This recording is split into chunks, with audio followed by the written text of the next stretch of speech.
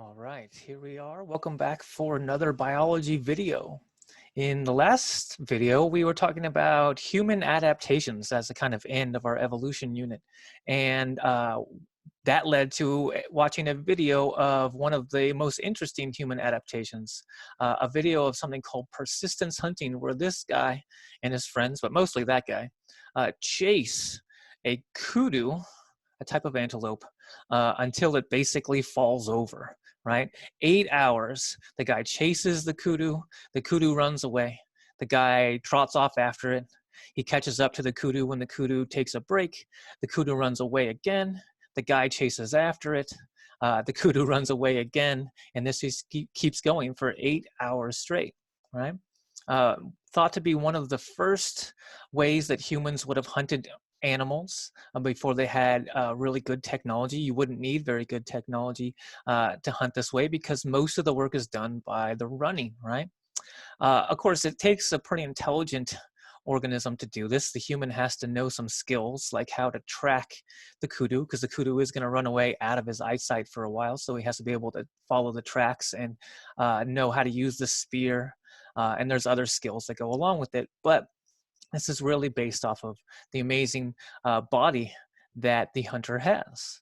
And so the two main questions from the video: why did the kudu collapse, whereas the hunter didn't, right? These are kind of two sides of the same question. And so I read through the answers that I've gotten so far from the Google form, and most people say that the kudu collapsed because of exhaustion, and that the human hunter doesn't collapse because of the adaptation for endurance running, which these are the right answers in general. But I think that we need to look a little bit harder at what's going on here because, like I've said a few times before, we probably knew these things before you watched the video.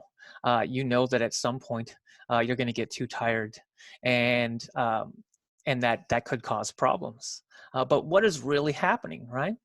And so when you think about this idea that the kudu collapsed of exhaustion, exhaustion means that he was tired, like I just said a second ago. But did it really die of being tired? I think that there's something else going on here. And some of you started to get towards that idea in your answers when you started bringing up that it has something to do with sweating. Now, I hinted at this as something in the video that was important, and in the narration of the video, they talked about how it was important that the human can sweat, but the kudu cannot. Humans don't have any hair, and we have special sweat glands in our skin that allow us to sweat, whereas the kudu has all this fur that even if it had sweat glands, the fur is going to hold the sweat there and not allow it to evaporate.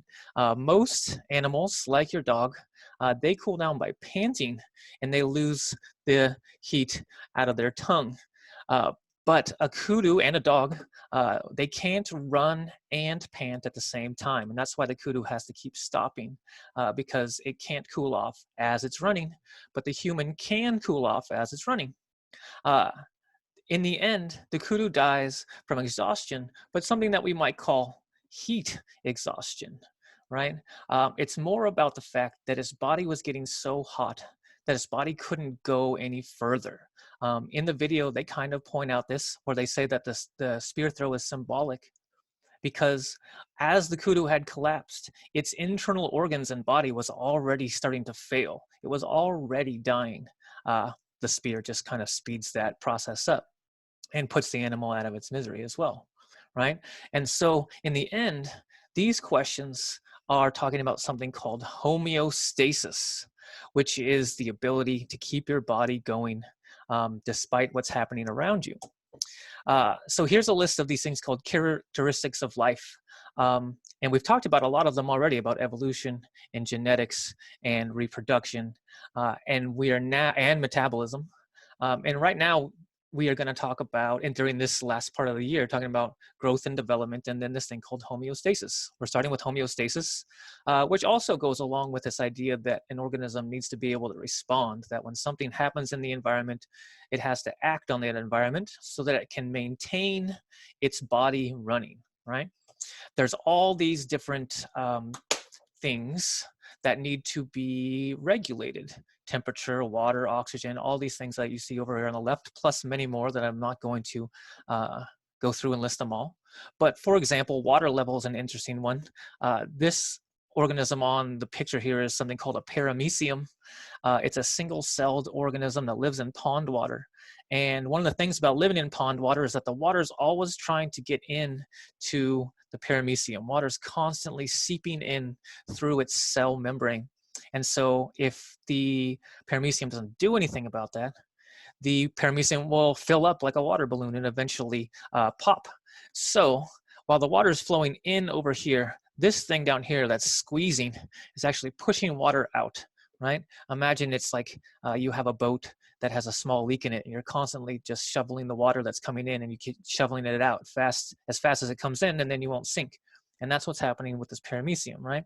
Of course, we have to have the same issue, although we don't absorb water through our cell membranes like that. But as we run, as this lady runs through the desert, or as the hunters ran through the savannah chasing the kudu, they're losing water. Unless you do something about that, drinking water to replace it, then your body will start to get dehydrated. And dehydration is just another example of an organism that has failed to maintain homeostasis, right?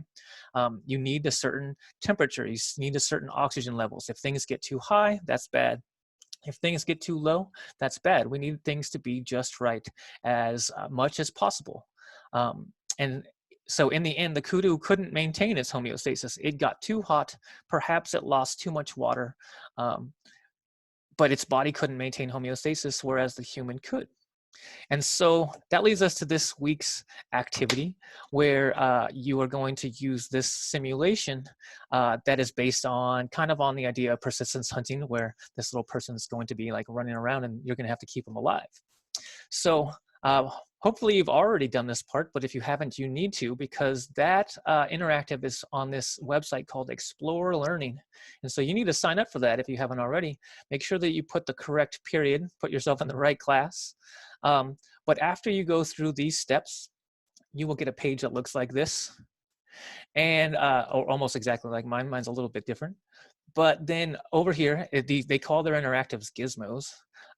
You go over here and you hit launch on the gizmo, and here's the actual interactive, right? Now, on PowerSchool, there will be a link that gets you to this document where it'll make you copy, just like we did with the evidence of evolution assignment. I did learn my lesson a little bit from that, where now I put little spaces to put your answers in, right? And so that'll help you and help me keep track of what's going on. The formatting is a little weird, but of course it's a Google Doc, so as you type, it's going to make the formatting get all weird as well. So make sure that you get all the way to the end. Some of these are blank pages, but some of them are not because of just, again, the formatting. But it walks you through what to do in the gizmo, and you answer questions along the way. The basic idea is that you have your person, and you have all these different controls. There's air temperatures, body temperature, water, sugar levels, how much you exercise, and you hit play, and things start to happen, and you can start to make them run really fast or not. As you do those things, it changes stuff. Sometimes you need to drink. Sometimes you get cold and you need to add clothes or whatever it is, right? Your job is to basically keep the little person alive as you go through all these things where it tells you what to do and keep track of things. Notice that there is a part over here that says table. So as you run this, numbers will start to show up. As you go along, it'll start to graph things. As you go along, it hasn't gone very far, so there's not many lines yet, but you can see things are changing on there, right? And so you're going to go through the worksheet, go through the gizmo, and then eventually turn it in to PowerSchool down here, where yours would be a plus, but mine's a little arrow, but yours would be a plus to turn that in.